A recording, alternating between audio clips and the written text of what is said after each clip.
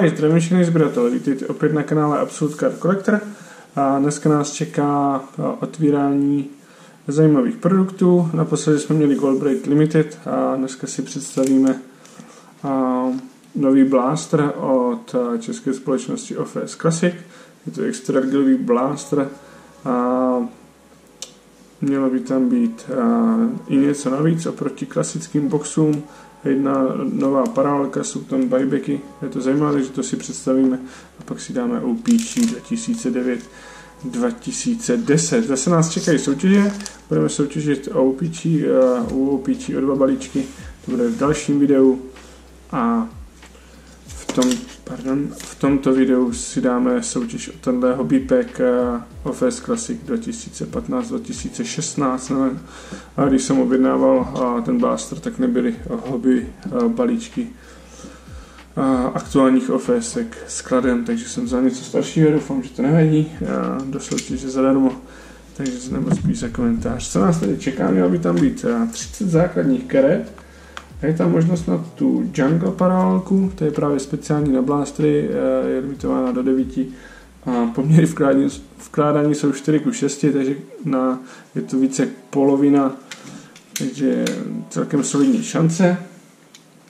A pak by tam mělo být 6 karet sídní slávy českého hokeje, 6 buybacků z Basic 2010-11, což by mohlo být zajímavé. 4 inserty z aktuální karet. Možnost je tam i na podpisek.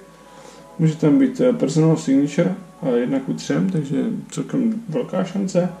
Může tam být Games Memorabilia nebo Remnants 1:6 a různé paralelní verze z první série 1:2, tak doufám, že tam něco bude. Sám jsem neviděl, jak je boxík balený. Člověk si představí blaster, takový ten klasický, dalo by se říct NHL-kový nebo prostě zámořský. Tady je to taková větší krabička na kartu. V tomhle to máme takhle balíček. Jo, tak to jsou samé balíčky. Takže blastřík takhle vypadá zezadu. Takže balíčky, já teď nevím, jestli se tohle...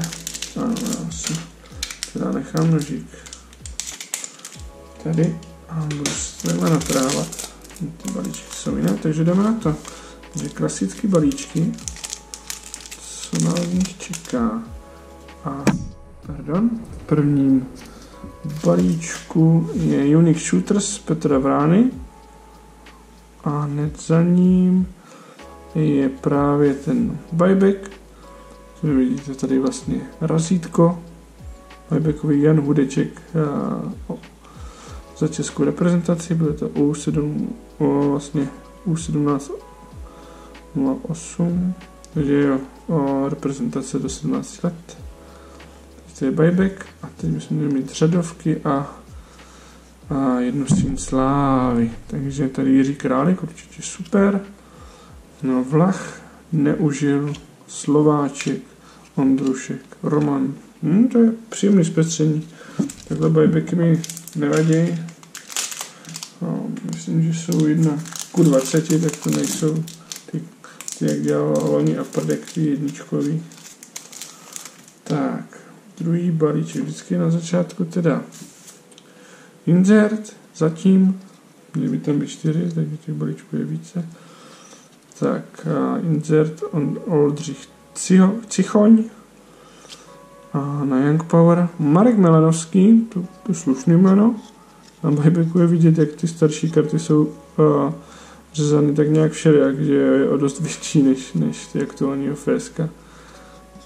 Takže Marek Melanovský na buybacku, na síní slávy Vladimír Kobranov a pak tu máme zase řadovky Filman, Šír, Dvořák, Přikryl, Navrátil. Jo, to je příjemné otvírání. Blaster. Vlastně poprvé myslím, co dělají české karty Blaster, ale určitě to není na škodu, je to zase příjemnější varianta. Cenově přijatelnější a myslím, že i díky těm buybackům je to takový zajímavější. Tady máme Heavy Horses, René Vydarený, Conor Allen. Pod tím máme Petra Kváču, řadovku, tak to bylo prohozený. A tady je další buyback a je to Radek Matějovský. Zamluvil Boleslav a Miroslav Vlach je syn Slávy, Jarušek, Mikuš, Mikiska a Bernard. Tak, ještě 3 balíčky nás čekají. Uvidíme, jestli se teda podaří podpis Memoška nebo ta Jungle parálka. Tak, tady máme znovu insertík a je to Masked Man Josefa Kořenáře, určitě fajn. Jan Káňa na buybacku, fajn. A Zdeněk Andršt na síni Slávy, Řepík, Cibulskis, Redlich, Šlajs a Šťastný. Tak.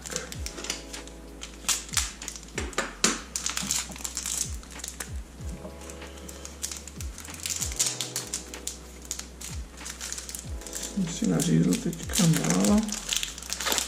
Tak to radši celé rozdělám, ať nepoškodím karty. A je tam ta Django parálka. To vidíte ten efekt, takový hodně mozaikový sklo, jaký jak rozbité sklo. A je to Matouš Venkrbec, Český Budějovic, 7 z 9. Tohle je moc fajn. Petr Franěk na buybacku za Litvínov. Paráda. Jaroslav Drobný na síni Slávy a Rychlovský, Košťálek, Chmělevský, Kracík a Lenz. Tak, ten je teda nějaký silnější, tak kdyby se nám podařila Memoška v blástru, to by bylo fajn. A je tam hodně silná karta, takže Memoška se podařila, to je super.